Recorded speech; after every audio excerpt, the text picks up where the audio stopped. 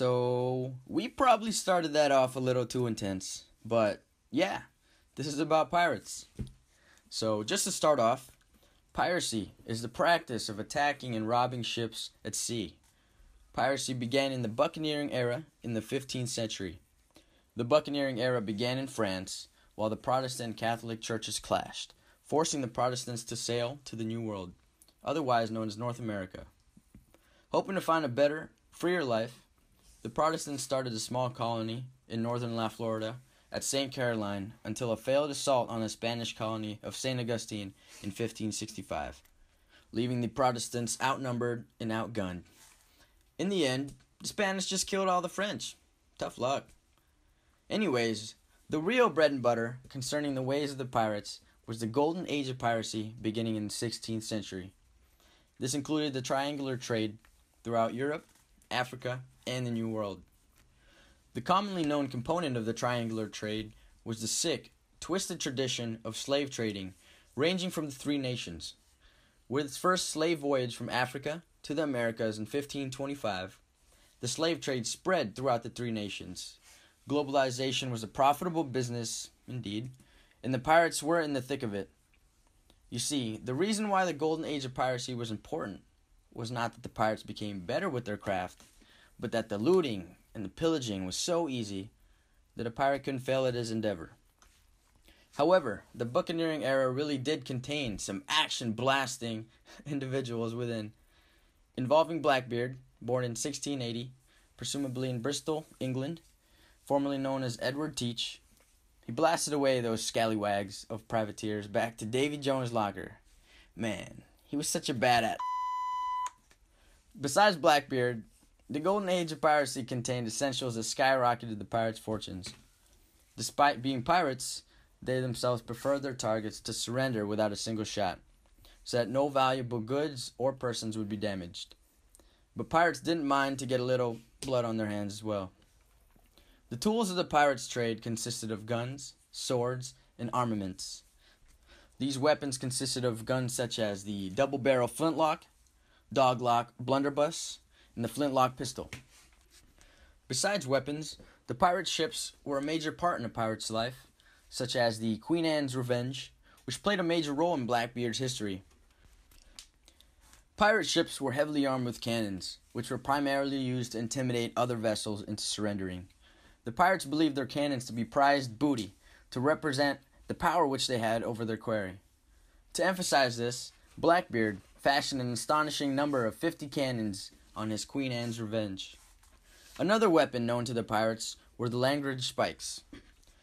Consisting of a mass of scrap iron, nails, bolts, or spikes, the pirates would fit them into the muzzle of their cannon, proceeding to fire at the enemy vessel's sails, halting the ship's mobility. Besides the Langridge spikes and the cannons, another valuable tool within a pirate ship and a pirate's inventory would be the shot in three sizes. Yeah, I know it's a weird name. Masked with a variety of weapons, pirates were a dangerous foe to face on stranger tides. Concerning the weapons and armaments which the pirates had, it wasn't all just pillaging and looting. Some would say that pirates could be portrayed not as bloodthirsty, ruthless thieves, but as heroes. You're probably thinking, how? But there's more ways than one in how the pirates affected the slavery going on in the triangular trade, also known as the transatlantic slave trade. The transatlantic slave trade was a major component in triangular trade. It profited the three nations substantially. It followed a simple routine of three phases consisting between the three nations.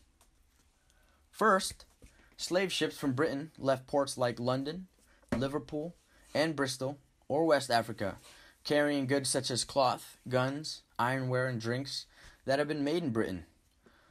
Later, on the West African coast, these goods would be traded for men, women, and children who had been captured by slave traders or bought from African chiefs. Second, African dealers kidnap people from villages up to hundreds of miles inland. They then bring the hostages to the coast to European traders, which are sold to them. Afterwards, a European trader would wait until a ship or a captain appears and would then sell the slaves to the captain. Then, the captain of the ship would sail around the coast looking for more slaves to be sold to him. Once he's gathered enough slaves, the captain would then sail to the dreaded Middle Passage towards the West Indies in order for the slaves to be sold. There are cases of African slaves rebelling against their captors, along with the pirates who would often attack the slave ships in order to pillage its loot and free the slaves to be an addition to their crew. Now the question is, what happens if the freed slave denies to join the pirates? Well, that's a different tale to tell. Lastly, but not least, in the West Indies, slaves would be held up for auction. Enslaved Africans would often act ill, cause fires, or accidentally break tools to keep from working. Some slaves would even take their own lives rather than be someone's property. Whenever possible, enslaved Africans would often attempt to flee from North America, normally to England or South America. There were hundreds of slave revolts, with products made by the enslaved Africans, like sugar, coffee, and tobacco. These resources were carried back to Britain to be sold. Pirates were a major component within triangular trade and American history. The primary source to the left represents an advertisement for an auction that will be happening on a boat that holds a cargo of 150 slaves. The primary source on the top right depicts a pirate facing his death by hanging. The primary source on the bottom right represents the slave trading in Africa, which shows regions of the most intense activity. In conclusion, my topic relates to something we covered in class this year due to the time we spent during the subject of the Age of Exploration and how we studied triangular trade, which was an essential part in the Age of Exploration. My topic, pirates, affected American history due to how the pirates almost halted the entire slave business and how the pirates freed the Africans who were nearly bound to be enslaved in the New World. How pirates affected modern history can be seen in the way society is influenced by their past, in movies, television, and even Halloween costumes.